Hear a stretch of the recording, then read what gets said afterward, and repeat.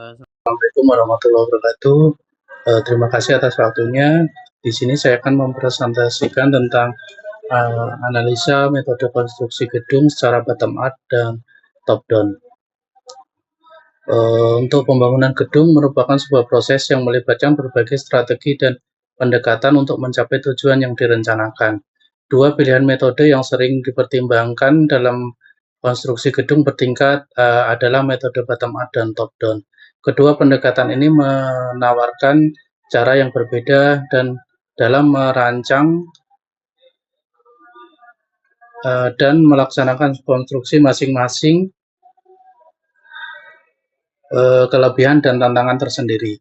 Bottom up melibatkan proses pembangunan dari lantai terbawah hingga mencapai puncak gedung, sedangkan top down memungkinkan pembangunan dimulai dari lantai dasar ke bawah.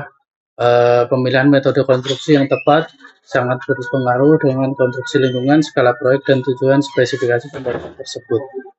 Untuk metode bottom up adalah merupakan pendekatan konvensional yang umum digunakan dalam industri konstruksi, baik untuk bangunan yang memiliki lantai basement maupun bangunan biasa.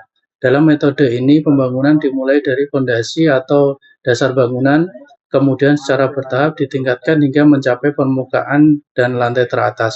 Proses ini melibatkan penyelesaian struktur secara berurutan dari bawah ke atas, mulai dari pengerjaan struktur bawah tanah seperti fondasi dan tiang pancang hingga pembangunan dinding dan lantai atasnya.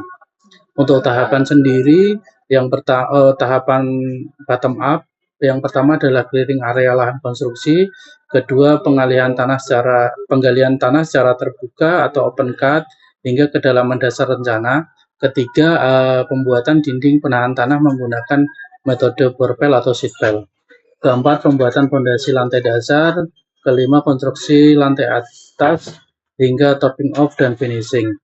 Untuk metode top down sendiri adalah pendekatan yang kontras dengan metode bottom up. Dalam industri konstruksi, metode ini pembangunan dimulai dari lantai atas berlanjut ke bawah secara simultan. Ini merupakan struktur atas seperti lantai eksternal dibangun terlebih dahulu sebelum konstruksi lanjut ke bawah lantai-lantai yang lebih rendah atau basement. Keuntungan dari metode top down adalah efisiensi waktu dalam penyelesaian proyek. Dengan pembangunan dari atas ke bawah, proyek dapat dimulai lebih cepat tanpa harus menunggu penyelesaian konstruksi bawah tanah seperti pada metode bottom up.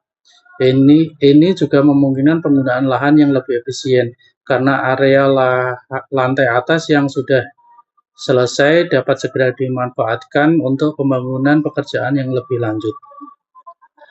Untuk tahapan metode top down sendiri, yang pertama adalah clearing area lahan konstruksi, kedua pembuatan dinding penahan tanah atau DPT, diafragma wall yang mengelilingi area konstruksi, umumnya dapat digunakan borpel atau sheet pile. Ketiga adalah kemudian dilakukan pengeboran menggunakan mesin borpel dengan kedalaman rencana pada lubang yang telah dibor, kemudian dicor sampai elevasi dasar tanah yang disiapkan king post. King post yaitu adalah baja profil yang berfungsi untuk menahan slab lantai dasar sementara. Keempat, setelah dinding diafragma mencapai umur dan kekuatan rencana, kemudian dilakukan pengecoran slab lantai dasar. Kelima, kemudian dilakukan penggalian tanah di bawahnya sesuai dengan kedalaman rencana. Keenam, kemudian dilakukan pengeboran slab lantai basement pertama. Ketujuh adalah proses penggalian dan pengecoran slab dilakukan berulang hingga kedalaman rencana tercapai. Kedelapan, yaitu terakhir adalah lantai paling bawah dilakukan pengecoran rough foundation atau untuk menjaga stabilitas struktur akibat pergerakan tanah.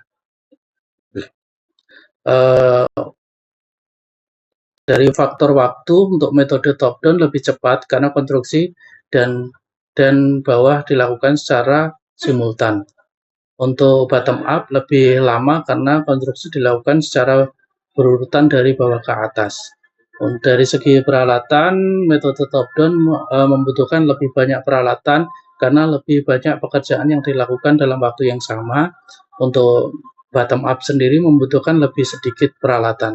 Dari segi biaya membutuhkan biaya yang lebih banyak karena lebih banyak peralatan dan sumber daya yang dibutuhkan. Untuk bottom up, biaya yang dibutuhkan relatif lebih sedikit. Faktor luas area konstruksi top down membutuhkan lebih sedikit karena semua pekerjaan dilakukan pada area utama konstruksi, dan bottom up membutuhkan area yang lebih luas karena pekerjaan galian dilakukan dari tengah ke pinggir sehingga butuh area tambahan yang luas untuk area utama.